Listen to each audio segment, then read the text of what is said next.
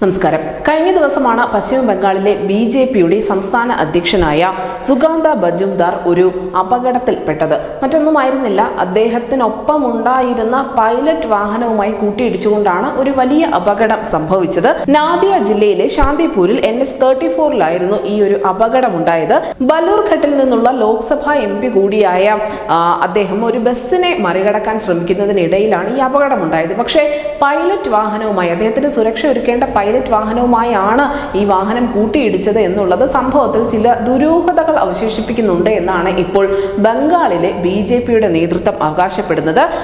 ഈ പൈലറ്റ് വാഹനത്തിൽ ഉണ്ടായിരുന്ന 3ഓളം പേർക്ക് പരിക്കേറ്റിട്ടുണ്ട്. ഈ സുരക്ഷാ ഉദ്യോഗസ്ഥരെ എല്ലാം തന്നെ BJPയുടെ പ്രവർത്തകരും അവിടെ ഉണ്ടായിരുന്ന ജനങ്ങളും ചേർന്നാണ് ആശുപത്രിയിൽ എത്തിച്ചിട്ടുള്ളത്.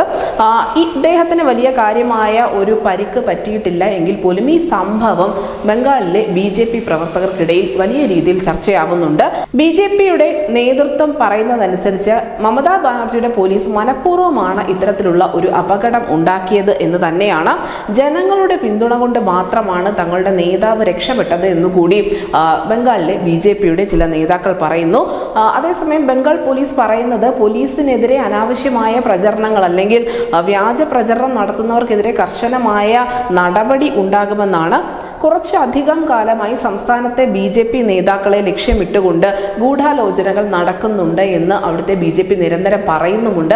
പ്രത്യേകിച്ചും ചില അഴിമതി കഥകൾ തൃണമൂൽ കോൺഗ്രസിന്റെ നേതാക്കൾക്കെതിരെ, പ്രത്യേകിച്ചും മമതാ ബാനർജിയുടെ അനന്തരവനായ അഭിഷേക് ബാനർജി ഉൾപ്പെടെ അഴിമതി വിവാദത്തിൽപ്പെട്ട് ഉഴലുകയാണ്. അതിനിടയിലാണ് സന്ദേശ് ഖാലി വിഷയം പൊട്ടിപ്പുറപ്പെടുന്നത്. അതിൽ BJP കൃത്യമായി രാഷ്ട്രീയ ഇടപെടൽ ഉണ്ടാക്കുന്നു. ഏറ്റവും ഒടുവിൽ BJPയുടെയും ജനങ്ങളുടെയും ഒക്കെ സമ്മർദ്ദത്തിനൊടുവിലാണ് ഷാജഹാൻ ഷെയ്ഖിനെ അറസ്റ്റ് ചെയ്യാനും മറ്റും പശ്ചിമ ബംഗാളിന്റെ പോലീസ് മുന്നോട്ട് വന്നിട്ടുള്ളത്. അങ്ങനെ വലിയൊരു രാഷ്ട്രീയ സമ്മർദ്ദം BJP ഇപ്പോൾ ബംഗാളിൽ തൃണമൂൽ കോൺഗ്രസിന് മേൽ ചെലുത്തുന്നുണ്ട്. അതുകൊണ്ട് തന്നെയാണ് ഈ BJPയുടെ നേതാക്കൾക്കെതിരെ ഇത്തരത്തിലുള്ള അപകടങ്ങൾ ഉണ്ടാകുമ്പോൾ ബംഗാളിലെ BJP നേതൃത്വം അസ്വസ്ഥമാകുന്നതും. നിലവിൽ എന്തായാലും ഒരു മന്ത്രിയടക്കം 3ഓളം തൃണമൂൽ കോൺഗ്രസിന്റെ നേതാക്കൾ ജയിലിലാണുള്ളത്. ഒരു ഡസനിലധികം അഴിമതി കേസുകൾ തൃണമൂൽ കോൺഗ്രസിന്റെ കയ്യിൽ ഉണ്ട് താനും. ഈ ശാരദ ചിട്ടി ഫണ്ട് മാത്രമല്ല, മറ്റ് റേഷൻ വിവാദവും ഒക്കെ, അവിടെ റേഷൻ അഴിമതിയും മറ്റും കാര്യമായി തന്നെ രാഷ്ട്രീയ ചർച്ചയാവുന്നുണ്ട് ലോക്സഭാ തെരഞ്ഞെടുപ്പ് അടുത്തിരിക്കുന്ന വേളയിൽ.